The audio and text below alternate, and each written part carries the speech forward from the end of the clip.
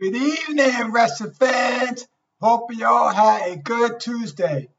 Well, here are my thoughts on last night's WWE Raw, the final Raw before Bad Blood. Overall, I think it was an exciting show last night. I liked the opening segment to kick off Raw when Jey Uso came out to the ring and spoke to the fans, thanking them for their support. I also liked when Braun Breaker came out to the ring to congratulate him on becoming the new Intercontinental Champion. And just by that alone, I knew right then and there that the WWE is making him into a babyface. So I was very impressed of the segment between Jey Uso and Braun Breaker. Another segment that I liked was the segment between CM Punk and Drew McIntyre in the ring together with the cell lowered and surrounding the ring.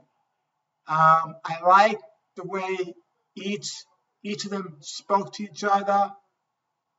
Both of them very firm to each other, and I was very impressed of that segment. That's my favorite match of the night was the Braun Strowman and Bronson Reed. That match was off the freaking charts. It was wild. I have never seen a match like this. I have never seen this match quite like that I saw last night to close out Raw. The two were all over each other. They were spearing each other. Each of them jumped off the top rope and on to the other person. It was off the chart. Both of them put on an absolute performance, these two giants. And what really shocked me is that the two were so big that they actually made the ring collapse. The last time that happened was the match between Brock Lesnar and the Big Show, and that was back in 2003. That's the only other time where I saw the ring collapse during a match. And last night, see them in the ring, going back and forth with each other, and they collapsed that ring. It was such an odd moment. So that's my favorite match of the night. Oh, and by the way, I forgot to mention. Seth freaking Rollins made a return last night during that match and helped Braun Strowman to get the win. So I'm happy that Seth Rollins is back. He probably won't be at Bad Blood on Saturday. Most likely, you'll see him next Monday on Raw, which goes back to 2 hours temporarily, to at least through the rest of the year. When it goes back to 3 hours, when one moves to Netflix, that's another story. But we'll wait and see. Another shock of the night is seeing The Miz turn on R-Truth. I never thought to see a day where I see The Miz turn on R-Truth. These two made a good tag team. And they may not have the tag teams for that long, but they made a good tag team. Now, is this a sign that Miz is going to be a heel permanently? Most likely. How long? I don't know. But I definitely said to him being being heel now. And it's been quite a while since The Miz been heel. Quite a while. So that was no shock of the night that I was surprised of. As The Miz turned um R-Truth.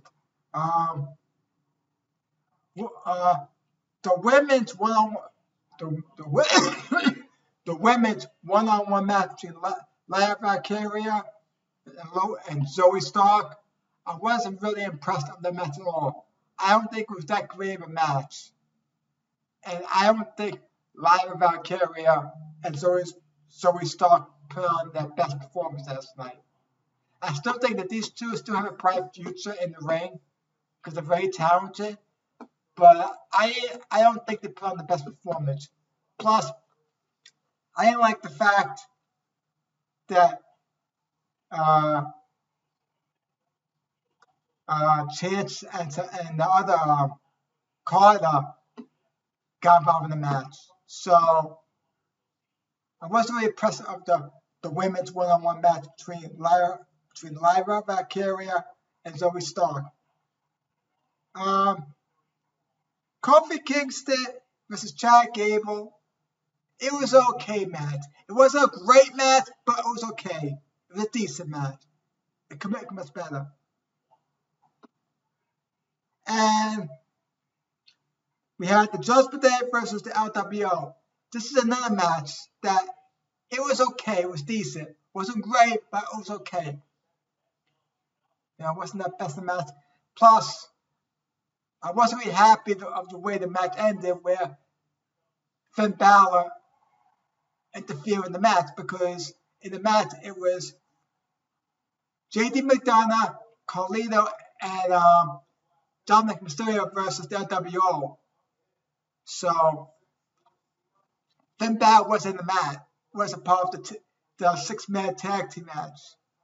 So I didn't like the way the match ended with Finn Balor coming in the match and interfering and costing the WWE match. That's the only problem I don't like about the match. What else? I think that's it. I think that's all that's it. So all in all, I think it was an exciting Raw. You know, a couple matches I wasn't really impressed with, but all in all, I think it was a good show last night. Tonight is the debut of WWE NXT on the CW network. Now, tonight's NXT episode is loaded because, as you know, it's the first episode on the CW network. And by having NXT, as I said this before, but I'll say it again, having NXT moved to CW network is such a big deal for WWE, because CW is a major network, and so everyone gets that network, just like CBS, NBC, Fox, ABC, UPN, and of course CW. So by them moving to the CW network, their viewership numbers will be much higher because more people will be able to watch it.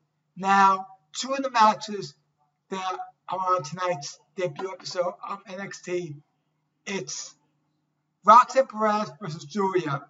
Now, this should be an exciting match. I think it will be. And as much as I would love to see Julia win the match because she's very talented, I think Roxanne is going to win and retain the NXT Women's Championship. But it should be an exciting match. And the other match I'm looking forward to seeing is Trick Williams versus Ethan Page for the NXT Championship. And again, I would love to see Trick Williams win back the NXT Championship, but my guts tell me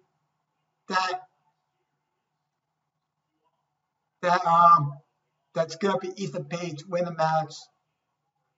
and retain that championship match. But it should be a fun, exciting match. I think the whole show tonight will be very fun, exciting. Oh, by the way, CM Punk will be the special referee in the Trick Williams and Ethan Page match. So that should be very interesting. Very interesting. He should call down the mail. We'll see if he does call the match down the mail. And that's about it. Hope you have a great night. If you watched NXT tonight, enjoy the show. Have a good evening, everyone.